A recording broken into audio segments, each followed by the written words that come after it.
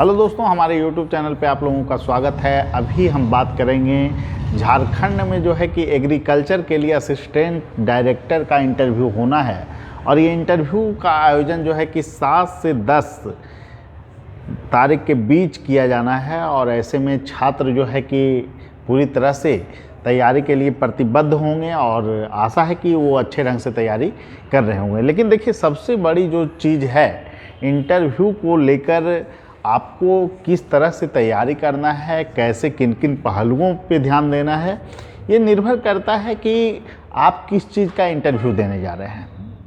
देखिए दोस्तों, यहाँ बिहार असिस्टेंट जो है कि आपको एग्रीकल्चर का इंटरव्यू हुआ और बहुत सारे लड़के हमारे साथ जुड़े थे, हमारे संस्थान में मौक़ दिए हैं।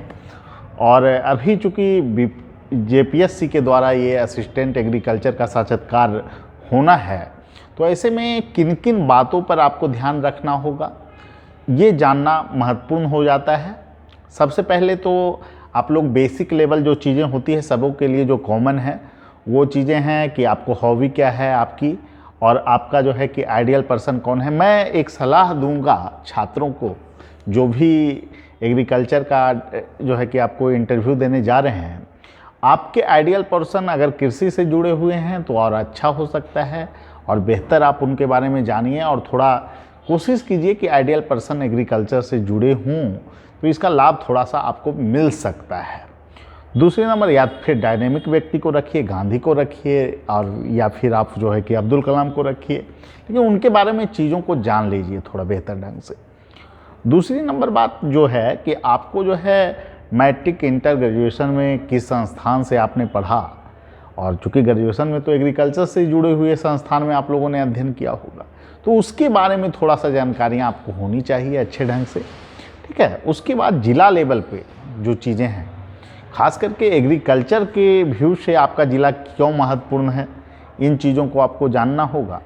और इसके अलावे जो स्रोत है, आर्थिक रूप से आपके ज़िला में क्या जो है कि स्रोत है, पर्यटन के क्षेत्र में क्या स्कोप है, जो समान चीज़ें होती है, और लिटरेसी रेट आपका ज़िला का क्या है, थोड़ा इन सभी पक्षों को भी आप लोग देख लेंगे। इसके अलावे जो है आपको झारखंड में जो संभावना है कृषि के क्षेत्र में, उसको आपको देखना है।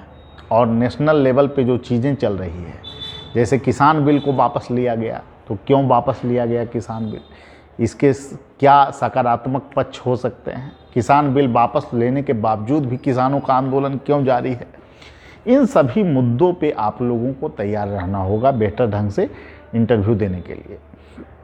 फिर उसके बाद कुछ ऐसे मुद्दे हैं जिससे आपके व्यू को चेक किया जा सकता है कि आप कहीं ना कहीं न्यूट्रल हैं चीज़ों के प्रति या नहीं।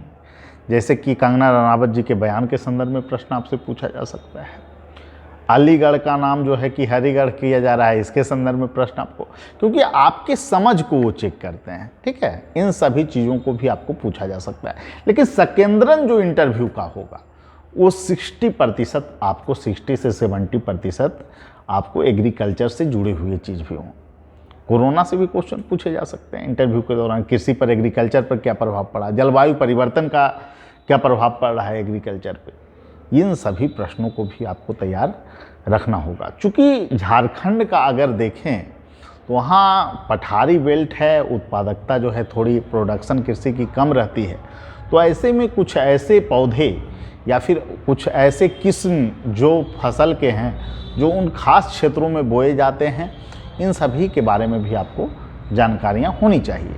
3 पहला क्रॉप जो पोजीशन रखता हो फसल में, कौन कौन सा उत्पादन होता है, इन सभी, उसका बेल्ट क्या है, लाह का प्रोडक्शन झारखंड बहुत ज़्यादा करता है तो लाह के बारे में भी थोड़ा जानकारियाँ होनी चाहिए, उसका पौधा दिखने में कैसा होता है, ये सभी कुछ चीज़ें आपको पूछी जा सकती है जानबूझकर। तो इंटरव्यू का जो सकेंद्रन है आपका एग्रीकल्चर में, झारखंड को जोड़ते हुए आप लोगों को अच्छे ढंग से मजबूत करना होगा। झारखंड में एग्रीकल्चर की क्या संभावना हो सकती है, कैसे खाद्यान्न उत्पादकता को झारखंड बढ़ाए, इन सभी प्रश्नों पर आपकी पकड़ होनी चाहिए। इसके लिए आपको देखिए एक और प्रयास आप बेहतर ढंग से कर सकते हैं कि झारखंड के मिट्टी की विशेषता को आप लोग अच्छे ढंग से देखें, और ख़ास करके जो उत्पादकता वाला बेल्ट है जैसे साहबगंज बेल्ट, वहाँ पर जो है कि आप देखते हैं कि गंगा के गंगा के मैदानी बेल्ट के कारण भी कृषि का जो है कि अच्छा खासा बेल्ट है और उत्पादकता भी अच्छे खासे देखने को मिलती है। और अन्य ज़िले भी हैं जहाँ कृषि उत्पादकता बेहतर है, तो उन सभी ज़िलों के बारे में थोड़ा थोड़ा अध्ययन आप लोग कर लीजिए। मिट्टी का अध्ययन एग्रीकल्चर में कर लीजिए।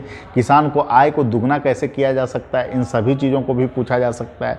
इसके अलावा आप पशुपालन, मत्स्य पालन, अन्य चीज़ों को भी आप जोड़कर उत्तर बता सकते हैं। और झारखंड में जो वन संपदा है वह भी काफ़ी भरपूर है, तो इसका कैसे बेहतर ढंग से इस्तेमाल किया जा सकता है झारखंड में, खास करके किसानों की स्थिति को मजबूत करने में, तो इन सभी पक्षों को आपको प्रश्न में शामिल किया जा सकता है। तो आप लोग बेहतर ढंग से तैयार रहिए।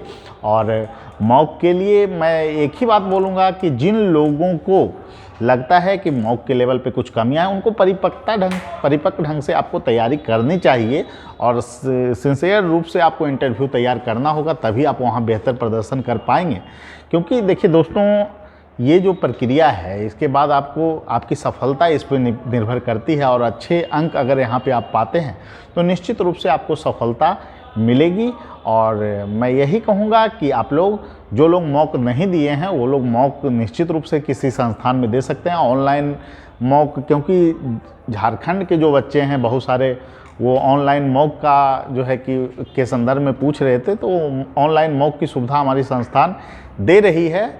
और जो लोग अगर पटना में आप हैं तो और आप फिजिकली प्रेजेंट होकर इंटरव्यू दे सकते हैं एग्रीकल्चर का। और फिर अगर बाहर हैं पटना से तो आप लोग ऑनलाइन इंटरव्यू दे सकते हैं हमारी संस्थान में, ठीक है। और जिन्हें भी हमसे जुड़ना हो वो हमारे फ़ोन नंबर 7004291557 पे कॉल कर सकते हैं। आप साक्षात्कार में जुड़ सकते हैं। ठीक है, सभी लोगों को धन्यवाद। फिर मिलेंगे अगले वीडियो।